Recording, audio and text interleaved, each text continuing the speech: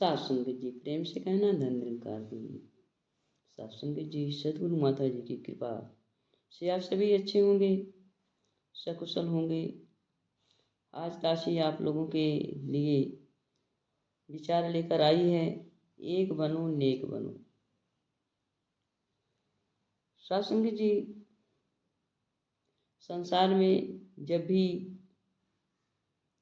अवतारी महापुरुष आए, हर युग दृष्टा ने एक बनो नेक बनो का संदेश दिया। जब हम एक बन जाएंगे सात संगत जी, तो नेक अपने आप ही बन जाएंगे। एक बनने का तात्पर्य है हम एक परमात्मा को जाने और एक हो जाएं। जब हम एक परमात्मा को जान करके एक हो जाएंगे, हमारे अंदर से भेदभाव एवं विविधता दूर हो जाएगी, तो हम खुद ही नेक हो जाएंगे। हमेशा सबकी भलाई के लिए सोचेंगे, क्योंकि महापुरुषों के प्रत्येक संदेश में विशालता होती है, परोपकार छुपा हुआ होता है। परंतु हम अपनी निम्न बुद्धि और सीमित वातावरण के अनुसार महापुरुषों के वचनों का अर्थ गलत निकालते हैं। हर घर में माता पिता अपने बच्चों को एक रहने की शिक्षा देते हैं, अर्थात एकजुट होके रहो, एकता में रहो।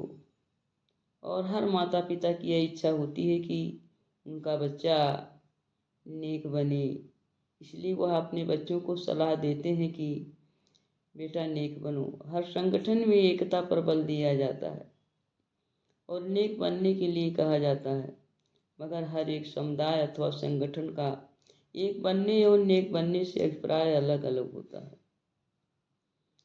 साथ संगत जी, आज हमारा निरंकारी मिशन एक बनो नेक बनो, एकत्व पर बल दे रहा है। हर घर में, हर समुदाय में, हर संगठन में प्रचार किया जाता है, परंतु इस प्रचार का सुखद परिणाम आज तक निकलता नजर नहीं आया है। हर घर के सदस्य एक दूसरे से झगड़ते हैं, एक परिवार का दूसरे परिवार से झगड़ा होता है, एक मनुष्य दूसरे मनुष्य पर अत्याचार करता है, एक परिवार दूसरे परिवार को नीचा दिखाने के लिए हमेशा तैयार रहता है। सांप्रदायिक दंगे भी देखने को मिलते हैं, एक दूसरे को नीचा दिखाने के लिए देशों में गृह युद्ध होते देखा गया है। तो ये सब क्यों है? ये मानवता पर कलंक है। साथ संगत जी, हम महात्माओं की शिक्षा से इस तथ्य को समझने का प्रयत्न करें, तभी ये दूर हो सकता है। साथ संगत जी, कमी तो हमारी है जो हम महात्माओं की शिक्षा से अपना उल्लू सीधा करने लग जाते हैं और अपनी आवश्यकता अनुसार महात्माओं की शिक्षा का अर्थ निकालते रहते हैं। महापुरुष जब कहते हैं कि एक बनो नेक बनो, उनका इशारा होता है कि हमारे पास आओ, हम आपको एक प्रभु परमात्मा की जानकारी करा के एक बना देंगे। प्रभु परमात्मा को जानने से मनुष्य में संसार का अनेकता का रूप, विविधता का रूप समाप्त हो जाता है, और जब वह एक हो जाता है तो वो अनेक नहीं रहता है और नेक भी बन जाता है।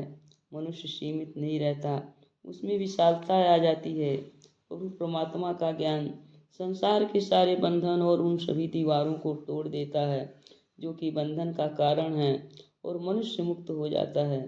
साथ संगत जी, उसकी दृष्टि बदल जाती है, सारा संसार उसे अपना घर लगने लगता है। वसुधैव कुटुंबकम की भावना उसके अंदर आ जाती है, सारे प्राणी उसे अपने भाई लगने लगते हैं। उसकी हर बात निराली होती है, उसका हर कर्म महान बन जाता है। साथ संगत जी, इस तरह से कोई मनुष्य प्रभु परमात्मा पर कितना विश्वास कर ले, इससे केवल नैतिकता कम अथवा अधिक मात्रा में आ सकती है, परंतु वह एक नहीं हो सकता है। प्रभु के साक्षात दर्शन करने से ही मनुष्य एक बन सकता है, और प्रभु परमात्मा के साक्षात दर्शन केवल सद्गुरु ही करा सकते हैं। जब सद्गुरु के चरणों में पहुंचकर मनुष्य प्रभु परमात्मा के दर्शन कर लेता है तो वह प्रभु परमात्मा बन जाता है, एक बन जाता है और नेक बन जाता है। इस प्रकार एक तालाब जब तक वह अपनी सीमा में बंद है तो तालाब है, उसका पानी गंदा है, परंतु जब तालाब का संबंध नदी से अथवा सागर से हो जाता है तो वह देखने में बेशक तालाब लगता है, परंतु वह तालाब न रहकर नदी अथवा सागर बन चुका होता है। इसी प्रकार जो मनुष्य सतगुरु की अपार कृपा से परमात्मा से जुड़ जाता है वह सीमित मनुष्य न रह करके विशाल प्रभु परमात्मा का स्वरूप हो चुका होता है। साथ संगत जी, देखने वाले तो यही समझते हैं कि यह वही आदमी है, परंतु उसमें एकदम परिवर्तन हो गया। इसे सारी दुनिया का क्योंकि रहस्य समझ आ गया है और यह सब परमात्मा की ही लीला है। साथ संगत जी, सदगुरु के चरणों में पहुँचने से प्रभु परमात्मा को हर कण हर जर्रे में देखने से मनुष्य में दुई का भाव समाप्त हो जाता है, दुई की अवस्था समाप्त हो जाती है।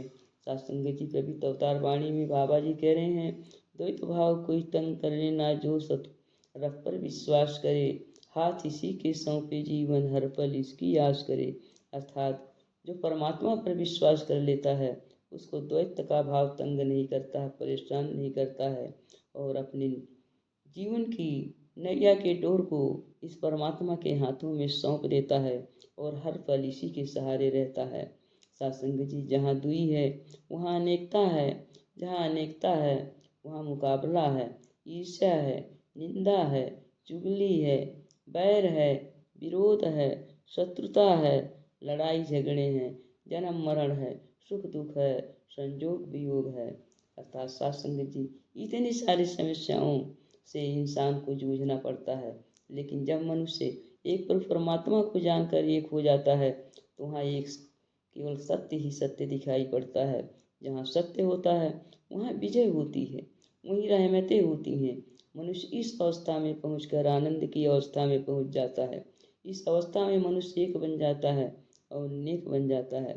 साथ संगत जी, इस अवस्था में मनुष्य का लोक सुखी एवं परलोक सुहेला हो जाता है। मनुष्य महापुरुष बन जाता है, संत बन जाता है, महात्मा कहलाने लगता है, ब्रह्मज्ञानी बन जाता है। यही अवस्था है वह इसमें मनुष्य एक बन जाता है और नेक बन जाता है, सारे संसार का अपना समझने लग जाता है। ऐसे मनुष्य की एकता सारे संसार में सबको एकत्व के सूत्र में बांधने के लायक हो जाती है।